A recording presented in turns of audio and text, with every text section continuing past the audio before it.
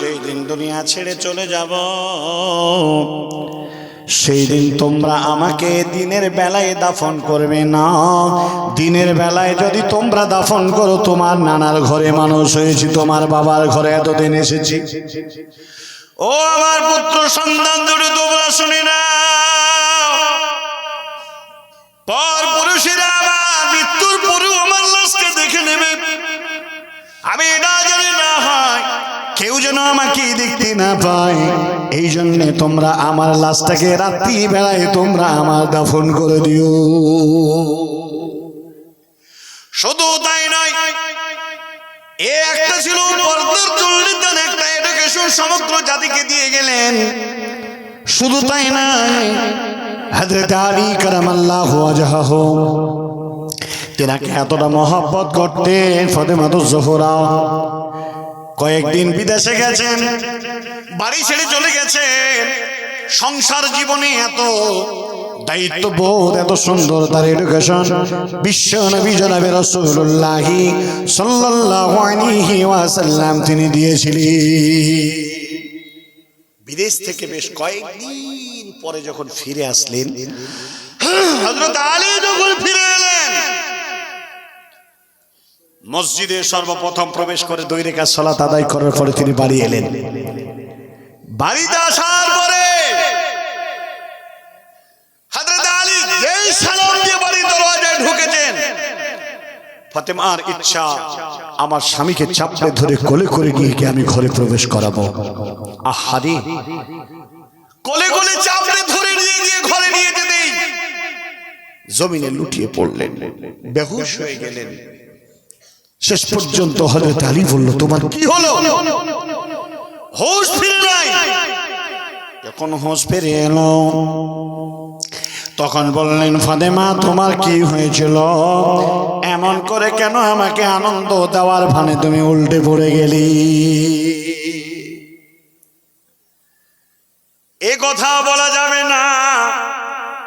বলে, না বলতে হবে, আমি তোমার স্বামী, এটা আমার শুনতে হবে। তোমার কি সমস্যা হয়েছিল? শেষ পর্যন্ত তিনি বললেন, আমার আব্বা আমাকে শিক্ষা দেন নাই, এ কথাটা আমি কখনোই আপনাকে আমি এটা বলতে পারবো না। হযরত আলী রাদিয়াল্লাহু তাআলা আনহু রেগে গেলেন, বললেন, ফাতেমা বলো, একবার বলো, কি কেন তোমার এটা হলো? আমি দুঃখ করব, রাগ করব, আর আমার এই দুঃখ রাগ তোমার কতই না কষ্ট হয়ে দাঁড়াবে। শেষ পর্যন্ত ফাতেমাতুজ জোহরা রাদিয়াল্লাহু তাআলা বললেন, স্বামী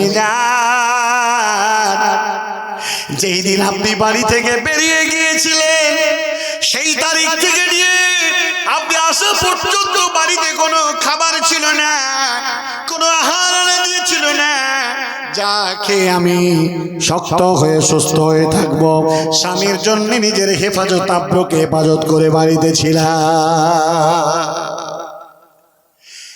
একদিকে স্বামীকে সন্তুষ্ট করার জন্য, আনন্দ দেওয়ার জন্য, হাসি মুখে সুন্দর চেহারা নিয়ে স্বামীর খেদমতে এগিয়ে যাওয়ার চেষ্টা করলেন, কিন্তু শেষ পর্যন্ত বাড়িতে খাবার দাবার ছিল না, তাও তিনি বুঝতে দেন নাই। বেকায়দা বলে খবর তথ্য ফাঁস হয়ে গেল। আর এ ছিল সারা পৃথিবীর মুসলমান নারীদের জন্য বড় এডুকেশন, বড় শিক্ষা।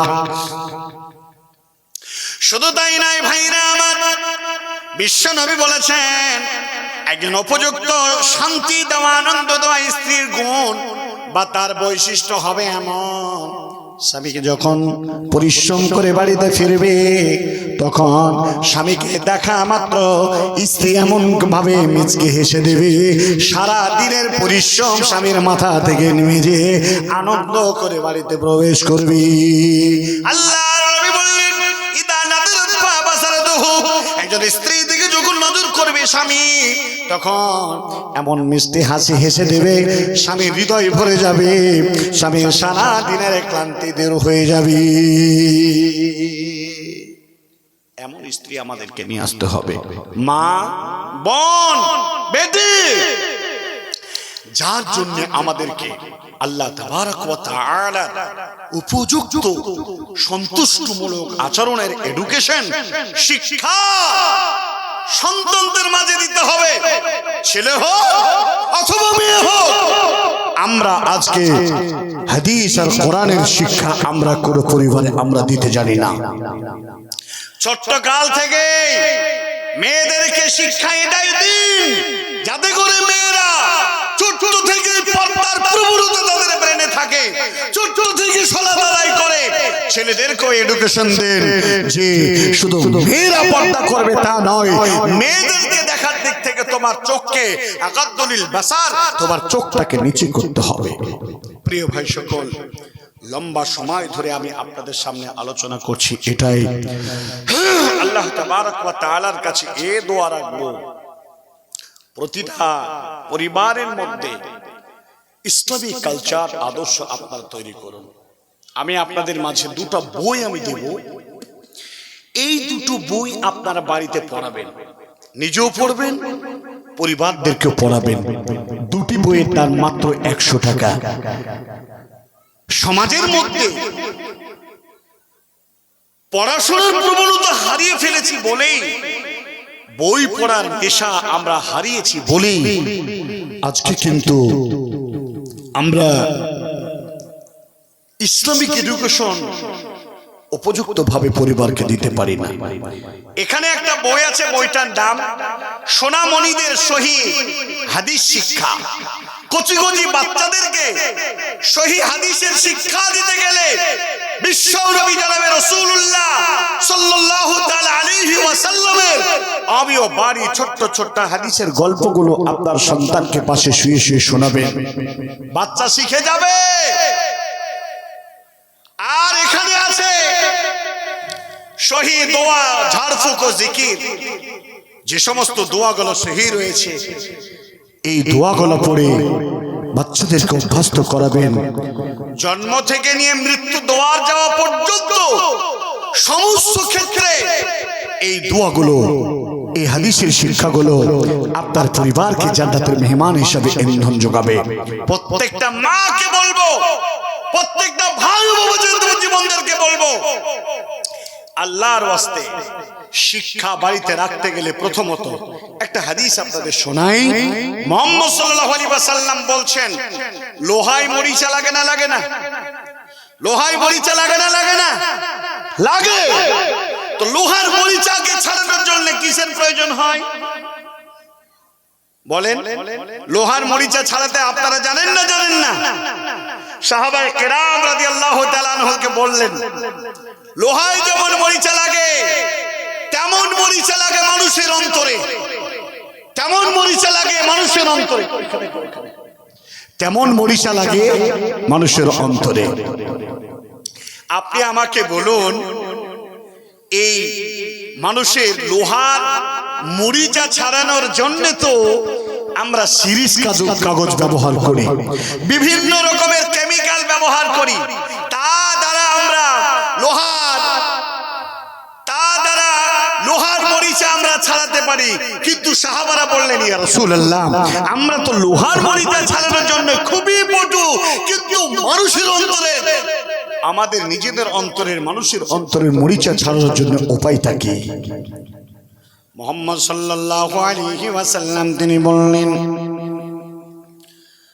মানুষের অন্তরে মরিচিকা ছাড়ানোর জন্য দুটো কাজ হলো এটাই। বেশি বেশি করে কোরআন তেলাওয়াত করবে, আর তোমরা মরণকে স্মরণ করবে। কোরআনুল কারীম তেলাওয়াত করা কালচারটা প্রত্যেকটা পরিবারের মধ্যে থেকে আমাদের হারিয়ে গেছে। আর মওতকে তো আমরা ভয় করি না, মওত হয়ে যাবে এটা সম্পর্কে আমরা কোনো চিন্তা ভাবনা করি না। ও আজকের এই গ্রামের মুমিন মুত্তাকিরা, একটি কথা শুনে রাখবেন, জননী মা বোন যারা আছেন যারা শুনে রাখবেন, পরহেজগার মুমিনদের জান যখন কবুজ হয় এত কষ্ট দিয়ে তাদের জানকে কবজ হয়।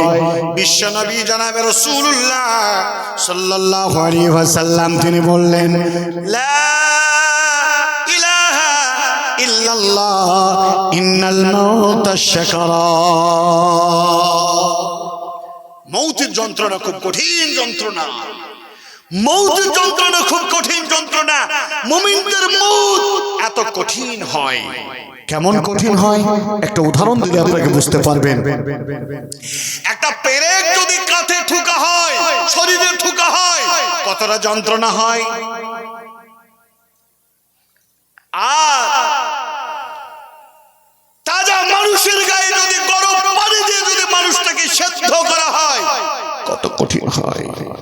তার চেয়েও বেশি কঠিন হলো মওতের যন্ত্রণা। জোরে বলো সুবহানাল্লাহ। আল্লাহ তাবারক ওয়া তাআলার ফেরেশতারা আসমান থেকে অবতরণ হয়, আর এই ফেরেশতারা মালাকুল মউতের সঙ্গে আসে। মুমিন মুত্তাকির কাছে যখন তার মাথার কাছে এসে হাজির হয়, তখন মাথার গোড়ায় যখন হাজির হয়, জান্নাত থেকে তাদের জন্য লিবাস নিয়ে এসে, কাফন নিয়ে এসে হাজির হয়, আর বলে, ও আল্লাহর বান্দা, মালাকুল মউতের নির্দেশে বেরিয়ে এসো। কেমন ভাবে বেরিয়ে আসবে? যেমন কোন পাত্র থেকে পানি ঢাল হলে অতি সহজে বেরিয়ে যায়, পরহেজগার ইমানদারদের আত্মা ঠিক তেমন ভাবে বেরিয়ে যাবে। আর যদি কমি না হয়, তাহলে তার ভিতরে কেমন ভাবে, যেমন ভেজা তুলোর ভিতরে কোনো কাঁটা থাকে, আর সেই কাঁটাকে যদি জোরে টানা হয় তাহলে কেমন ভাবে ছিঁড়ে খুঁড়ে বেরিয়ে আসে, ঠিক তেমন ভাবে বেরিয়ে আসে। তাহলে কি বুঝতে পারলাম?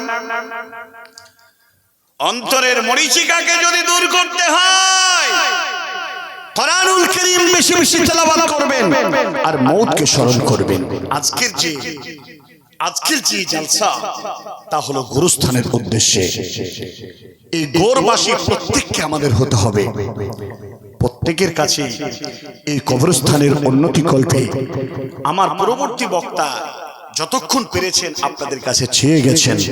আমি আপনাদের কাছে আজকে যতক্ষণ একটা বিষয়ের উপরে দাঁড়িয়ে থেকে যা বলে গেলাম, যে কথা বলে গেলাম, অতিরিক্ত কথা বললে মনে রাখবেন না।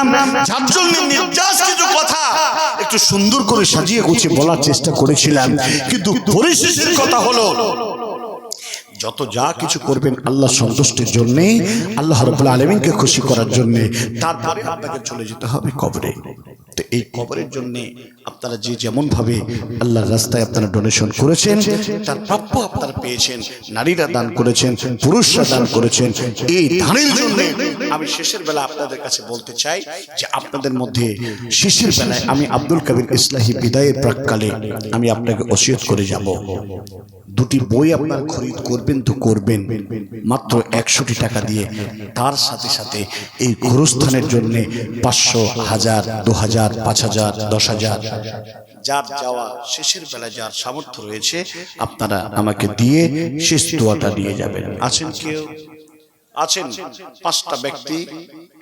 বলেন, আছেন কেউ?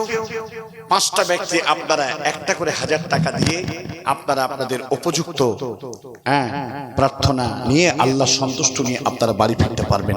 আছেন কেউ? একটা করে 1000 টাকা, মাত্র 5 জন ব্যক্তি। মায়েদের মধ্যে থেকে যদি কেউ থাকেন সেটাও আপনারা বলবেন।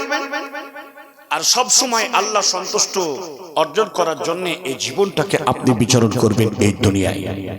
আমি বলে গেলাম, আমি আব্দুল কবির ইসলাহি বলে গেলাম, এই করদাল্লাহু করদান হাসানা, উত্তম ঋণ যদি আপনি আল্লাহকে জমা করতে পারেন, এই দুনিয়ায় তার ফল বুঝতে পারবেন। যা পারবেন তার চেয়ে বেশি মোর এই যে তোর কত লাভ, এটা কিন্তু আপনি টের পাবেন। অতএব প্রত্যেকের কাছে আমার অনুরোধ, যারা যে হালাতে যে অবস্থায় আছেন, এরপরে আমার আর দ্বিতীয়বার আমি বেঁচে থাকতে পারবো কিনা আমার জন্য, ইদা আমসাইতা ফালা তানতাজিরিস সাবাহ, এই রাত্রিবেলা অবস্থান করে, সন্ধ্যাবেলা অবস্থান করে সকাল আমার জন্য হবে ইন্তজার, এটা করা ভুল। নাও হতে পারে। ওয়াইদা আসবাহাতা ফালা তানতাজিরিল মাসা, আর সকালবেলায় দাঁড়িয়ে সন্ধ্যা হবে আপনার জন্য এ আশা করা যাবে না। খুদ মিন সিহাতিকা লিমারাদিক ওয়া মাল হায়াতুকাল মাউত, সুস্থটাকে বেশি করে অসুস্থ আসার আগেই প্রায়োরিটি দিতে হবে, মরে যাওয়ার আগে জীবিত অবস্থাটাকে বেশি করে আপনাকে গুরুত্ব দিতে হবে। এই কবর প্রত্যেকটা ব্যক্তির জন্য কবর। আমার পূর্বের পুরুষ সবাই চলে গেছে, আমার আব্বা চলে গেছে, আমার মা চলে গেছে, আমার ভাই চলে গেছে, আমার বেটা চলে গেছে, আমার আত্মীয় স্বজন চলে গেছে। সাদের ভালোবাসার এই প্রজন্মের যত বড় বড় দামি দামি ব্যক্তি আমাদের চোখের সামনে ছিল, তারাও দুনিয়া ছেড়ে চলে গেছে। অতএব আমাদেরকেও কবরবাসী হতে হবে। শেষের বেলায় যদি আর কারো দেওয়ার ইচ্ছে থাকে তাহলে আপনি দিয়ে যাবেন। আমি আপনার কাছে শেষ মোনাজাত করব আর আল্লাহকে এই কথা বলবো, আল্লাহ এই গ্রামবাসী যারা হৃদয়ের কিনারা থেকে যারা মুক্ত হস্তে গোরস্থানের উন্নতি কল্পে যারা দান খায়রাত করে গেলেন, আল্লাহ তাদের দানকে তুমি কবুল করো না। সকলে বলেন আল্লাহুম্মা আমিন। সবচেয়ে দামি একটি দোয়া হলো আল্লাহুম্মা আনসুর মান নাসারা দীন মুহাম্মাদিন সাল্লাল্লাহু আলাইহি ওয়াসাল্লাম। আল্লাহ তাকে তুমি সাহায্য করো যে হযরত মুহাম্মদ মুস্তাফা সাল্লাল্লাহু আলাইহি ওয়াসাল্লামের দ্বীনকে সাহায্য করেছে। আল্লাহুম্মা সাল্লি আলাইহি আল্লাহুম্মা বারিক আলাইহি। আল্লাহ তাকে তুমি করুণা করো, আল্লাহ তাকে তুমি দয়া করো। এর চেয়ে দামি দোয়া আর কি হতে পারে? হে আমার আপামর জনসাধারণ, এই মাইকের আওয়াজ যতদূর পর্যন্ত পৌঁছাচ্ছে প্রত্যেকটা ব্যক্তির কাছে আমি একই বার্তা দিয়ে যাব, দুনিয়ায় যতক্ষণ বেঁচে থাকবেন আল্লাহর সন্তুষ্টির জন্য বেঁচে থাকুন। এই দুনিয়ার পরে চিরস্থায়ী এমন একটি জায়গা আসবে যে জায়গায় আপনাকে অনাদি অনন্ত কাল পর্যন্ত সুখময় স্থান আপনাকে রাখবে, সেখানে আপনি লাভ করতে পারবেন যদি ভালো হন তবে। আর যদি ফামান ইয়ামাল মিসকাল যাররাতিন খায়রান ইয়ারা ওয়া মান ইয়ামাল মিসকাল যাররাতিন শাররান ইয়ারা, সরিষার দানা পরিমাণ যদি ঈমান নিয়ে আল্লাহর সন্তুষ্ট যদি পার হতে পারেন, আর সরিষার দানা পরিমাণ যদি শেষ পর্যন্ত আপনার খারাপ হয়, আপনাকে ভয়ানক জাহান্নামে যেতে হবে। আল্লাহ তাবারক ওয়া তাআলা পবিত্র কোরআনুল কারীমের মধ্যে বললেন, ওয়া আম্মা মান খাফফাত মাওয়াজিনুহু, যদি ওজনের পাল্লা ভারী হয়ে যায়, ফাউম্মুহু হাবিয়া, তাকে হাবিয়া নামক ভয়ানক প্রজ্বলিত অগ্নিকুণ্ডে তাকে দগ্ধীভূত করা হবে। আর ওয়া আম্মা মান সাকুলাত মাওয়াজিনুহু ফাহুয়া ফি ঈশাতির রাদিয়া, ওজনের পাল্লা যদি ভারী হয়, সফলতার জায়গায় পৌঁছে যাবে, কতই না সন্তুষ্ট হবে, কতই না খুশি হবে। এই সন্তুষ্ট হওয়ার সময় আল্লাহ তুমি আমাদের কিসমতে করে দিও। জোরে বলুন আল্লাহুম্মা আমিন।